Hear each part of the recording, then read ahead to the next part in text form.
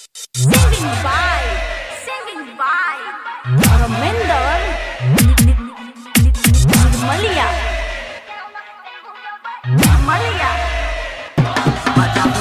Sachin DJ sound Khadkama DJ master Sanjeev ji का mobile number है 9931311623। Manchala recording studio Karihar. DJ Sumit Satish Raima.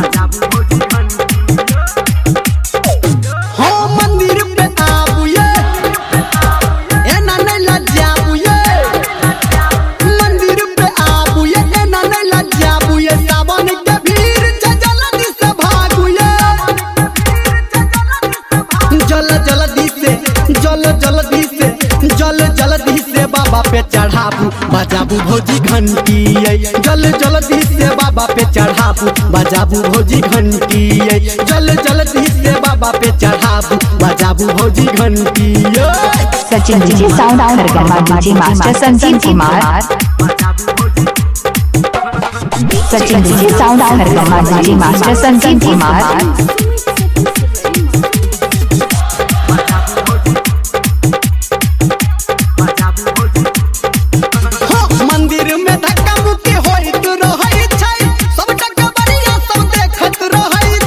Sachin sound Sachin sound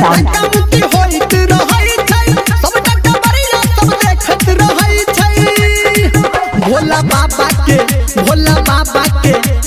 बाबा के लके नाम बजाबू भौजी घंटी जल्दी से बाबा पे चढ़ाबू बजाबू भौजी घंटी जल्दी से भोला पे चढ़ाबू बजाबू भौजी घंटी।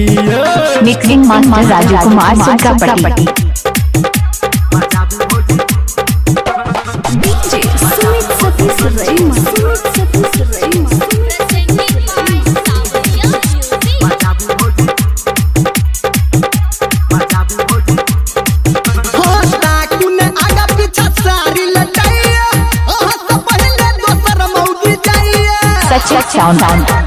सचिन साउंड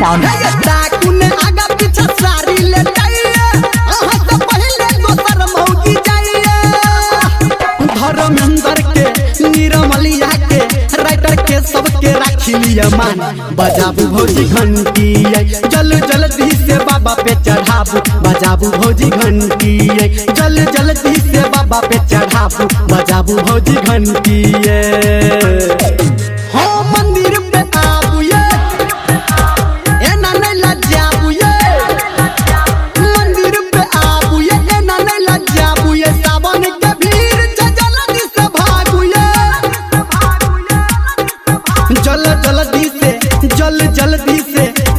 जल्दी से बाबा पे चढ़ाबू बजाबू भौजी घंटी जल्दी से बाबा पे चढ़ाबू बजाबू भौजी घंटी जल्दी से बाबा पे चढ़ाबू बजाबू भौजी घंटी। Mixing master Raju Kumar Sunkapatti. इसका मोबाइल नंबर है 62 064 74 928।